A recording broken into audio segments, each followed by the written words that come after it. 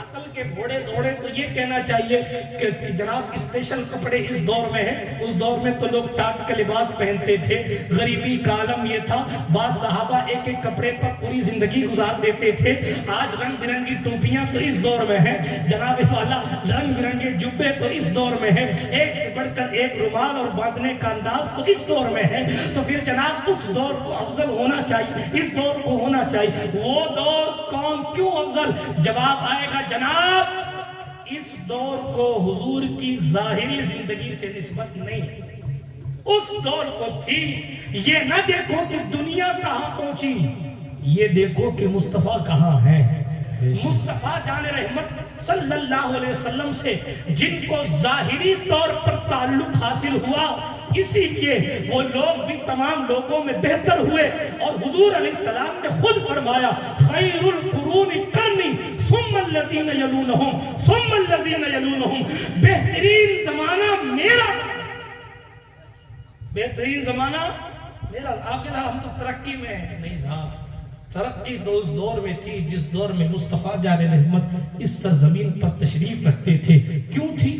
آج تو سورج پر پہنچنے کے لیے لوگ محنتیں کرتے ہیں، چاند پر پہنچنے کے لیے لوگ محنتیں کرتے ہیں، مگر جب سیدہ آمنہ کا دلارا اس روئے زمین پر تشریف رکھتا تھا تو چاند بھی اٹکیلیاں لیتے ہوئے روزانہ فخر کے ساتھ نکلتا تھا کہ جناب آدم سے لے کے آج تک، بلکہ آدم سے پہلے سے لے کے آج تک جس کی آمد کا انتظار تھا، اب اس کے رخ والضحیٰ کو دیکھنے کا موقع اب مل رہا ہے۔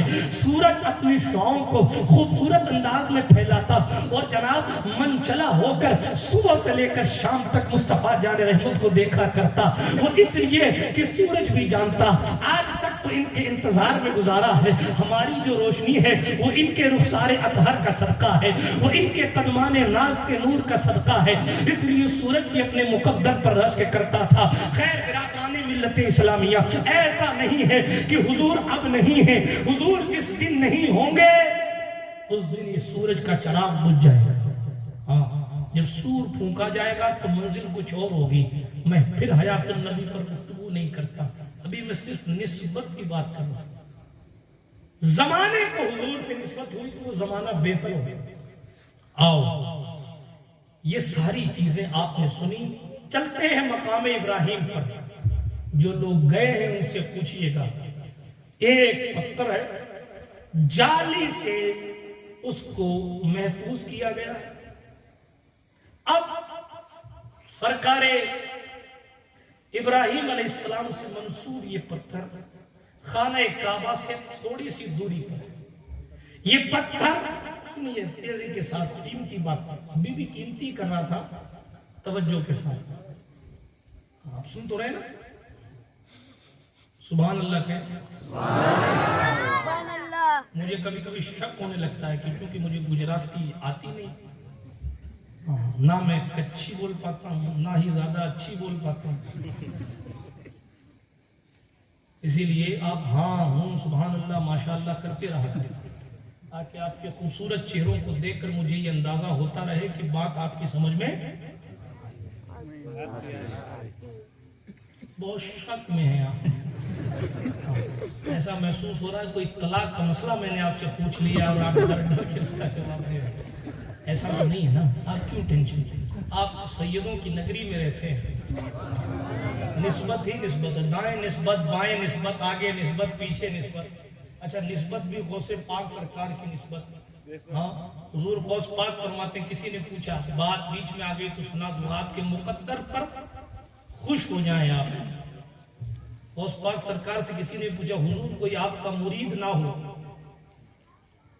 کوئی آپ کا مرید نہ ہو، آپ کا زمانہ نہ پائے، آپ کا مرید نہ ہو، اور وہ کہے کہ میں غوث پاک کا مرید ہوں، کہے آپ کے سلسلے میں داخل ہو جائے تو کیا وہ آپ کا مرید ہے؟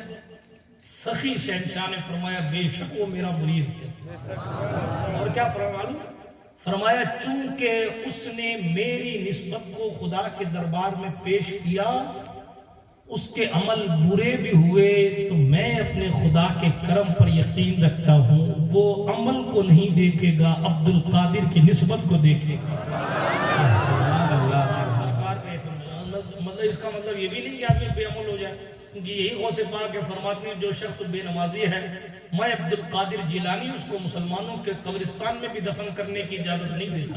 ہاں یہ بھی بات ہے، ہنسنے کی بات نہیں، غور کرنے کا مقام ہے۔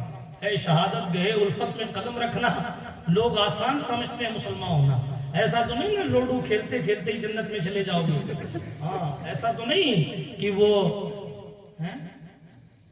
3 پتی کھیلتے کھیلتے جوا کھیلتے، آن لائن جوا کھیل رہے لوگ، آن لائن آرام ہو رہا ہے۔ ہنسنے کی بات نہیں ہے، ہنسنے کی بات نہیں، کس پہ؟ میں یو پی کے مکھیہ منتری کے ٹکلے کی برائی تھوڑی کر رہا ہوں جو آپ ہنس رہے ہیں۔ میں جناب والا بات کر رہا ہوں اپنی قوم کے مقام کی۔ حالات کیا ہوئے؟ لوگ سمجھتے ہیں صبح سے شام فجر پڑھی نہیں پڑھی، زہر پڑھی نہیں پڑھی، عصر پڑھی نہیں پڑھی، کینڈی کرش میں نے کئی لیول پار کر لی، جنت چلے جائے، جنت میں جائے، عمرے کا ثواب ملے گا۔ آن لائن جوا کھیل رہے لوگ، جبکہ ایڈورٹائز کرنے والے خود کہہ رہے ہیں فقیر ہو جاؤ گے، جوخم ہے جوخم ہے، مال برباد ہو جائے۔ ارے یار مال بھی برباد ہو رہا ہے، اعمال بھی برباد ہو رہے ہیں۔ اللہ کے رسول علیہ السلام نے فرمایا 1 روپیہ حرام کا کھا کر اگر کوئی مر گیا، اگر 1 روپیہ حرام کا کھا کر کوئی مر گیا، میں محمد عربی اس کی سفارش نہیں کروں گا اس کا ٹھکانہ جاننا۔ یہ حضور کا فرمان صلی اللہ علیہ وسلم۔ اس لیے عمل کی طرف بھی توجہ کریں، جتنی بڑی نسبتیں ہوتی ہیں نسبتوں کے تقاضے بھی اتنے زیادہ بڑھ جایا کرتے ہیں، یاد رکھیے گا۔ تیزی کے ساتھ چلیں، ابھی آپ نے ازواج مطہرات کی بات سنی، قرآن نے یہ بھی کہا ہے کہ سنیں اگر عام عورتوں سے ان کے قدم پھسلتے ہیں تو انہیں 1 بار سزا دی جائے گی، لیکن آپ کی جانب سے اگر کوئی بات بھی خلاف شرع ہوتی ہے تو آپ کو ڈبل عذاب دیا جائے گا۔ قرآن 21ویں پارے کی آخری آیت کا حصہ یضاعف لہ العذاب ضعفین۔ کیوں جناب والا؟ اس لیے کہ نسبت تمہاری بڑی ہے تو پھر جناب جن کے رتبے ہیں سوا ان کو سوا مشکل ہے، منزل عشق میں تسلیم و رضا مشکل ہے۔ عرض یہ کر رہا تھا میں بات مقام ابراہیم کی کر دوں، جہاں سے بولنا چاہتا تھا وہاں سے بولوں اور تیزی کے ساتھ ختم کروں۔ بات چل رہی تھی سرکار ابراہیم خلیل اللہ کی، یہ ہے مقام ابراہیم۔ مقام ابراہیم ہے کیا؟ ایک پتھر ہے۔ کیا ہے؟ بولتے رہو، پتھر ہے۔ پتھر کو کیا کہتے ہیں آپ لوگ؟ پتھر کہتے ہیں، بہرحال ہمارے جو بھی کہتے ہو پتھر، سمجھ گئے نا آپ؟ میرا مقصد آپ کو سمجھانا ہے، پتھر جنت سے آیا ہوا پتھر، بولو سبحان اللہ۔ کوئی چیز جنت سے آ رہی ہے اور آپ سبحان اللہ ہی نہیں کہہ رہے، جنت سے آیا ہوا پتھر ہے۔ روایات کے مطابق جیسے چمکتے ہوئے پتھر آپ دیکھتے ہیں نا، یاقوت لؤلؤ و مرجان، ایسا یہ پتھر تھا۔ ملا کیسے؟ تھوڑی سی پیچھے کی تاریخ میں چلیں، خانہ کعبہ بنانے کا حکم سرکار ابراہیم خلیل کو ہوا، اے ابراہیم میرا گھر بناؤ۔ ان اول بیت وضع للناس، پہلا گھر جو لوگوں کے لیے تعمیر کیا گیا وہ شہر مکہ میں ہے، جس کو ہم اور آپ بیت اللہ کہتے ہیں، کعبہ شریف کہتے ہیں، ٹھیک ہے۔ حضرت ابراہیم خلیل اللہ نے اس کی تعمیر شروع کی اپنے بیٹے حضرت اسماعیل ذبیح اللہ کے ساتھ۔ ڈیٹیل میں جانے کا وقت نہیں ہے، تیزی کے ساتھ سناتا ہوں۔ حضرت ابراہیم خلیل اللہ جب کعبے کی دیوار بنانے لگے تو اس وقت اس پتھر کو استعمال کیا تھا، اس پتھر کو جس کو آپ اور ہم مقام ابراہیم کہتے ہیں۔ جب ان کو ضرورت پیش آئی کہ آپ گھوڑے کا استعمال کرتے ہیں، سیڑھی کا استعمال کرتے ہیں، سیڑھی تو تھی نہیں اس دور میں، تو کعبے کی دیوار اونچی ہو تو پھر اوپر اٹھ کر دیوار، دائرے کی دیوار جیسے جیسے اونچی ہوگی ویسے ویسے آدمی کو بھی اونچا ہونا پڑے گا، تو وہ پتھر تھا جس پتھر پر کھڑے ہو کر مقام ابراہیم پر کھڑے ہو کر حضرت سرکار ابراہیم نے کعبے کی دیوار کو بنایا۔ پتھر ملا کیسے؟ حضرت اسماعیل سے حضرت ابراہیم خلیل نے کہا جاؤ پتھر اٹھا کے لاؤ۔ حضرت اسماعیل پتھر اٹھا کے لاتے تھے۔ فرمایا ایک ایسا پتھر اٹھا کے لاؤ جس پر کھڑے ہو کر میں یہ دیوار تعمیر کروں گا۔ حرم کعبہ سے تھوڑی سی دوری پر ایک پہاڑ ہے جبل ابو قبیس، کہا جاتا ہے کہ دنیا کا پہلا پہاڑ ہے۔ زیادہ جانکاری آپ سہیل محفوظ لے لیجیے گا، اس لیے کہ ٹور پہ تشریف لے جاتے رہتے ہیں حرم شریف کے۔ تو جبل ابو قبیس ہم بھی ان کے ساتھ ہی گئے تھے الحمدللہ، انہی کے پیچھے پیچھے جبل ابو قبیس، اس پہاڑی پر سرکار اسماعیل ذبیح اللہ پہنچے پتھر تلاش کرنے کے لیے کہ کوئی ایسا پتھر نہ ہو کہ والد صاحب اس پر کھڑے ہو جائیں اور کعبے کی دیوار، وہاں ان کو جبریل علیہ السلام مل گئے. جبریل سے ملاقات ہوا، اتنی چھوٹی سی چیز سمجھے، زور سے بولو سبحان اللہ. حضرت اسماعیل علیہ السلام کی ملاقات جناب جبریل امین سے ہوئی. حضرت جبریل امین نے کہا چلو کس لیے آئے ہو اسماعیل؟ کہا اس لیے پتھر تلاش کرنے کے لیے آیا ہوں، پتھر چاہیے. سرکار جبریل امین نے کہا چلو میں اس جنتی پتھر کی طرف تمہاری رہنمائی کرتا ہوں. نوح علیہ السلام کے دور میں طوفان سے حفاظت کے لیے جس پہاڑی کے اندر دفنا دیا گیا تھا، محفوظ کر دیا گیا تھا، یہ پتھر تو آدم اپنے ساتھ جنت سے لائے تھے، مگر اس پتھر کا وقت ابھی تک نہیں آیا. قدرت ابراہیم کی پیدائش کا انتظار کر رہی تھی، وہ اس لیے کر رہی تھی کیونکہ اللہ جانتا ہے کہ ابراہیم کعبہ بنائیں گے، میرا گھر بنائیں گے، اور جب میرا گھر بنایا جائے گا تو میں پوچھوں گا ابراہیم مزدوری میں تجھے کیا چاہیے؟ تو ابراہیم کہیں گے اے میرے اللہ، اے میرے پروردگار، اے میرے معبود، ربنا وابعث فیہم رسولا. وہ جو خاتم النبیین ہے، وہ جو سید الانبیاء والمرسلین ہے، وہ جس کا ذکر آدم کرتے ہیں، وہ جسے نوح بھی یاد کرتے ہیں، جو جناب آدم کی توبہ قبولیت میں جس کا نام کام آیا، نوح کی کشتی جس کے نام سے کنارے پر لگی، شیش جس کے نام کا وظیفہ کرتے ہیں، جنت کے پتوں پر جس کا نام لکھا ہے، وہ نبیوں کا امام میری اولاد میں پیدا کر دینا.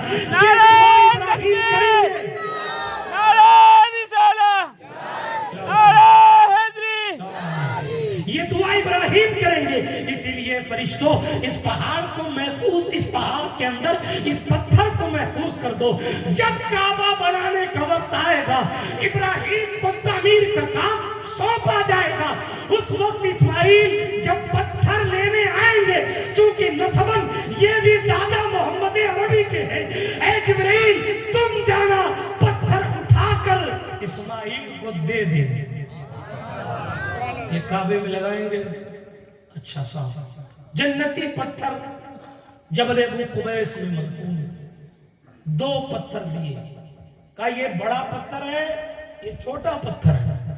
اس بڑے پتھر پر کہنا حضرت ابراہیم سے کہ کھڑے ہو جائیں اور کعبے کی دیوار بنائیں، اور اس چھوٹے پتھر کو ایک کونے میں لگا دیں. چھوٹے پتھر کو حجر اسود کہا جاتا ہے، بڑے پتھر کو مقام ابراہیم کہا جاتا ہے. حدیث شریف میں آیا یہ اتنی چمکتے ہوئے تھے کہ حضرت ابراہیم نے علیہ السلام جب خانہ کعبہ کی دیوار میں حجر اسود کو لگایا تو حجر اسود کی روشنی دور تک گئی. جہاں تک حجر اسود کی روشنی گئی وہاں تک حرم کی حدود کہلائی گئی، اور اس حدود کے اندر شکار کرنا حرام ٹھہرایا گیا. آسان لمبی ہے، میں اور گہرائی میں جاؤں گا. بہت چمکتے ہوئے پتھر تھے، گناہ گاروں کے گناہوں کو جذب کرنے کی وجہ سے کالے ہو گئے. خیر، ایک پتھر حجر اسود، ایک پتھر مقام ابراہیم. اس بڑے پتھر کو لا کر حضرت ابراہیم خلیل اللہ کے قدموں کے نیچے رکھا گیا. حضرت اسماعیل ذبیح اللہ نے ساری داستان بتائی. سرکار ابراہیم خلیل اللہ نے کعبے کی تعمیر آگے بڑھائی. اس پتھر کی خصوصیت کیا تھی؟ ابراہیم علیہ السلام کو اوپر جانا ہوتا تو وہ پتھر اوپر لے کے چلا جاتا، نیچے آنا ہوتا تو وہ پتھر نیچے لے آتا. ایک مرتبہ آپ کو اپنا سر دھلوانا تھا، پتھر پر کھڑے تھے، سر دھلوانا تھا، اس پتھر کے اوپر ابراہیم خلیل کھڑے ہیں. ایسا نہیں کہ اس نے صرف ایک ہی بار کام کیا. دوسرے مقام حضرت علامہ مفتی احمد یار خان صاحب نعیمی بدایونی اشرفی نے تفسیر نعیمی میں اس روایت کو نقل کیا. حوالہ دے دوں ورنہ آپ سوچیں کہ کوئی ویڈیو سن کے یا یوں ہی پھینک رہے ہیں. سنیے توجہ کے ساتھ. حضرت سرکار ابراہیم خلیل اللہ کو ایک بار سر دھلانا ہوا نا تو وہ جناب والا سر دھلانے کے لیے وہ جھکے، وہ پتھر آٹومیٹک نیچے آ گیا. پھر جناب یہ وہ پتھر ہے مقام ابراہیم، جنت کا پتھر. اس کو مقام ابراہیم کیوں کہتے ہیں؟ اچھا، اس پتھر کا استعمال ایک بار اور حضرت ابراہیم خلیل اللہ نے کیا. پہلے تعمیر کا قصہ سن لیجیے. تعمیر مکمل ہوئی، حضرت ابراہیم کو اوپر جانا ہے تو پتھر اوپر چلا جاتا، نیچے آتے پتھر اٹھانے کے لیے تو وہ پتھر نیچے آ جاتا۔ آج آپ اور ہم بجلی سے لفٹ میں سفر کرتے ہیں، مگر لفٹ کا تصور قدرت نے زمانہ پہلے دے دیا۔ وہاں کسی بجلی کی ضرورت نہیں، وہاں نبی کے قدمان ناز کی نسبت کافی تھی۔ اللہ نے یہ نہیں فرمایا قرآن میں کہ جنت کا پتھر ہے اسی لیے تعظیم کرو، قرآن نے فرمایا کہ ہماری نشانی ہے کیونکہ ابراہیم اس پر کھڑے ہوئے، مقام ابراہیم ہے یہ۔ خیر، خانہ کعبہ کی تعمیر مکمل ہوئی۔ جب تعمیر خانہ کعبہ مکمل ہوئی، اللہ رب العزت کے نبی جناب ابراہیم خلیل نے کہا اے اللہ اس بے آب و گیا وادی میں کون آئے گا، کون تیرے گھر کا طواف کرے گا؟ اللہ نے فرمایا ابراہیم بلانا تمہارا کام ہے، بھیجنا ہمارا کام ہے۔ اس پتھر کو لے کر سرکار ابراہیم خلیل اللہ پھر پہاڑ پر گئے، جبل ابو قبیس پہ گئے، اس پتھر کو وہاں رکھا اور اس پر کھڑے ہو گئے اور وہیں سے آواز لگانی شروع کر دی۔ قرآن نے، اس قرآن مقدس نے فرمایا وَأَذِّن فِي النَّاسِ بِالْحَجِّ يَأْتُوكَ رِجَالًا۔ بہرحال تفسیر میں جانے کا وقت نہیں ہے۔ سرکار ابراہیم خلیل اللہ نے کہا یہاں تو میرے پریوار کے سوا کوئی ہے نہیں، کون آئے گا، کون طواف کرے گا، کون یہاں آئے گا؟ اللہ نے فرمایا بلانا تمہارا کام ہے۔ لوگ آئیں گے، کمزور اونٹنیوں پر بیٹھ کر بھی آئیں گے، سواریاں نہیں ملیں گی تو بھی آئیں گے، مگر آئیں گے، تم بلاؤ۔ حضرت ابراہیم جبل ابو قبیس پر پہنچے، وہاں انہوں نے پتھر رکھا، اسی پتھر کے اوپر کھڑے ہوئے لوگوں کو آواز دی۔ میں نہیں کہتا، مفسرین نے لکھا ہے اس وقت ابراہیم خلیل اللہ نے جو آواز دی تھی، سوال یہ پیدا ہوتا ہے کہ آج حاجی جب کعبۃ اللہ کو دیکھتا ہے تو کہتا ہے لبیک اللہم لبیک، اے اللہ میں حاضر ہوں، اے اللہ میں حاضر ہوں۔ یار بلایا کس نے ہے اور کب بلایا ہے کہ تو آ کے کہتا ہے میں حاضر ہوں؟ تو مفسر جواب دیں گے ہزاروں سال پہلے ابراہیم خلیل نے کعبہ بنا کر بلایا تھا اور قدرت نے کہا تھا اے ابراہیم بلانا تمہارا کام ہے اور ہمارا کام یہاں تک پہنچانا ہے۔ حضرت ابراہیم خلیل اللہ نے بلایا تھا، اسی لیے جب حاجی جاتا ہے تو کہتا ہے بلایا تو ہزاروں سال پہلے تھا، اللہ میں حاضر ہوں، میں حاضر ہوں، اسی لیے لبیک پڑھا جاتا ہے، اسی لیے لبیک۔ اور دوسری بات مفسرین لکھتے ہیں جتنی روحوں نے، کیا توجہ ہے آپ کی؟ ہاں، اور کوئی اپنے باپ کی پیٹھ میں تھا، وہ اپنے باپ کے باپ کے باپ کے باپ کے باپ کے پیٹھ میں تھا، کتنی بھی پیچھے رہا، جس کی روح نے لبیک کہا اسی کو حج کرنا نصیب ہوگا۔ جس کی روح نے لبیک نہیں کہا اس کے مقدر میں حج نہیں ہے۔ تو جتنی بار کہا اتنی بار حج کرنا اس کا مقدر۔ بلایا ہزاروں سال پہلے تھا، جا بندہ ہزاروں سال بعد رہا ہے، مگر لبیک کہتا ہوا جا رہا۔ مولا زمانہ پہلے، صدیوں پہلے میری روح نے لبیک کہا تھا، آج میں جسم کے ساتھ لبیک کہنے آ گیا ہوں۔ برادران ملت اسلامیہ، یہ حج کا موقع ہے، میں پھر کبھی اس پر بیان کروں گا۔ ابھی میں عرض یہ کر رہا تھا سرکار ابراہیم خلیل اللہ مقام ابراہیم پر کھڑے۔ اب یہ ہے، یہ تو بیک گراؤنڈ اس پتھر کا، آپ کو بات سمجھ میں آ گئی؟ اب آئیے نسبت کی طرف۔ وہ جنت کا پتھر ہے، حضرت ابراہیم اس پر کھڑے ہوئے، ٹھیک ہے؟ حضرت ابراہیم علیہ السلام کے قدم سے کوئی پتھر لگ جائے تو وہ اللہ کی نشانی ہو گیا۔ بولو نا سبحان اللہ، اللہ کی نشانی۔ اور ایسی نشانی صحابہ، غوث ہو کوئی وقت کا، صحابہ ہوں، اہل بیت ہوں، ان کو بھی، بلکہ سید الانبیاء والمرسلین نے خود کر کے دکھایا کہ خود حضور علیہ السلام نے بھی اس پتھر کے سائے میں 2 رکعت نماز پڑھی۔ اے اللہ ہم آئے تھے تیرا گھر دیکھنے، تو ابراہیم کے قدم سے لگے ہوئے پتھر کے سامنے میں کھڑا کر رہا ہے۔ سبحان اللہ، ہم آئے تھے تیرے گھر کی زیارت کرنے کے لیے، مگر اے اللہ تو نے تو ہمیں اس پتھر کے سامنے کھڑا کر دیا۔ اسلام پتھروں سے دور کرتا ہے، تو اس پتھر کی توقیر کیوں باقی رکھی؟ جناب اس لیے تاکہ پتا چلے کہ نبی کے قدم کی برکت کیا ہو۔ پتھر اور بھی بہت ہیں، ہاں ہونے دیجیے، سبحان اللہ، پتھر اور بھی بہت ہیں، مگر اسے اعزاز کیوں حاصل ہوا؟ ابراہیم خلیل اللہ کے قدم سے اسے نسبت حاصل ہو گئی. اللہ نے اپنی نشانی کے طور پر جناب والا اسے قرآن مقدس میں ذکر فرمایا. آگے چلیں، یہ حضرت ابراہیم خلیل اللہ ہے. آپ ذرا تصور میں جائیں، سوچیں کہ ہم خدا بند قدوس کے سوا کسی کی عبادت نہیں کرتے، مگر اللہ پاک نے اپنے حرم میں بلا کر، اپنے گھر میں بلا کر، اپنے گھر کے قریب رکھ کر ہمیں اور آپ کو نسبت کی تعظیم کرنا سکھایا. پتھر ہے مگر اسے نسبت ابراہیم خلیل سے حاصل ہے. پتھر ہے مگر اس نے ابراہیم علیہ السلام کے قدم کے نشان کو اپنے سینے میں جذب کر لیا ہے. اس نے اپنا سینہ ابراہیم خلیل اللہ کے قدم کے لیے چوڑا کر دیا. ابراہیم علیہ السلام کے قدم کے نشانات اس کے سینے پر آ گئے. ظاہر ہے اب یہ موقر ہو گیا، باوقار ہو گیا، باعزت ہو گیا، اس کی تعظیم ضروری ہو گئی، یہ خدا کی نشانی ہو گیا. اللہ اکبر کبیرہ. پہلے یہ پتھر خانہ کعبہ کی دیوار سے متصل تھا، ورنہ آپ سوچیں گے جس پتھر پر کھڑے ہو کر ابراہیم خلیل اللہ نے کعبہ بنایا تو کعبہ کی دیوار تو یہاں ہے، مقام ابراہیم یہاں ہے، اتنی دوری کیسے؟ یہاں کھڑے ہو کر کیسے انہوں نے بنایا کعبہ؟ جواب آئے گا پہلے یہ دیواریں کعبہ سے لگا ہوا تھا. حضرت عمر کے دور میں ایک سیلاب آیا اور اس سیلاب کے دور میں مقام ابراہیم کا جو پتھر تھا وہ اپنی جگہ سے ہل گیا. جب وہ اپنی جگہ سے ہلا تو عمر بن خطاب کی خود تشریف آوری ہوئی. حضرت عمر فاروق اعظم نے اتنی دوری پر اس پتھر کو نصب کر کے وہاں یہ چیز تھوڑی سی ارد گرد اور پتھر لگا کر اس کو اعزاز کے ساتھ اس جگہ رکھ دیا، زمزم کے کنویں کے پاس. اصل زمزم کا کنواں وہی ہے جہاں مقام ابراہیم ہے، اسی کے بالکل رائٹ سائیڈ میں یا اسی کے بالکل پاس میں جو ہے وہ صحیح معنوں میں حضرت اسماعیل کے قدم سے نکلا ہوا پانی ہے. یہاں پھر نسبت کی بات آئی.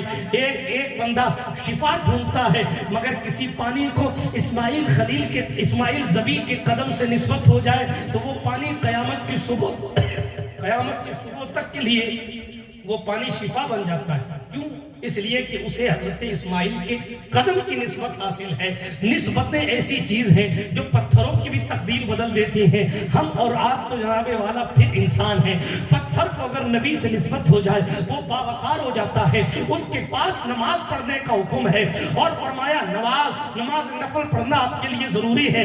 فرمایا اس کے قریب کھڑے ہو کر دعا کرو، اللہ تمہاری دعا کو قبول کرے گا. اے اللہ، کوئی کعبے کے اندر دعا کرے تو دعا قبول ہو تو بات سمجھ میں آتی ہے، مگر ابراہیم کے قدم کے نشان کے قریب کیوں؟ جواب آئے گا محبوبوں کی تعظیم یہ ہے کہ اگر محبوب سے کوئی پتھر بھی محبت کرنے لگ جائے تو ہم اس کو بھی بے مثال بنا دیتے ہیں اور ہم اس کو بھی اپنے قریب رکھتے ہیں. آپ کہیں گے جب ابراہیم خلیل اللہ کے قدم کی برکت یہ ہے تو محمد رسول اللہ کے قدم کا معاملہ کیا؟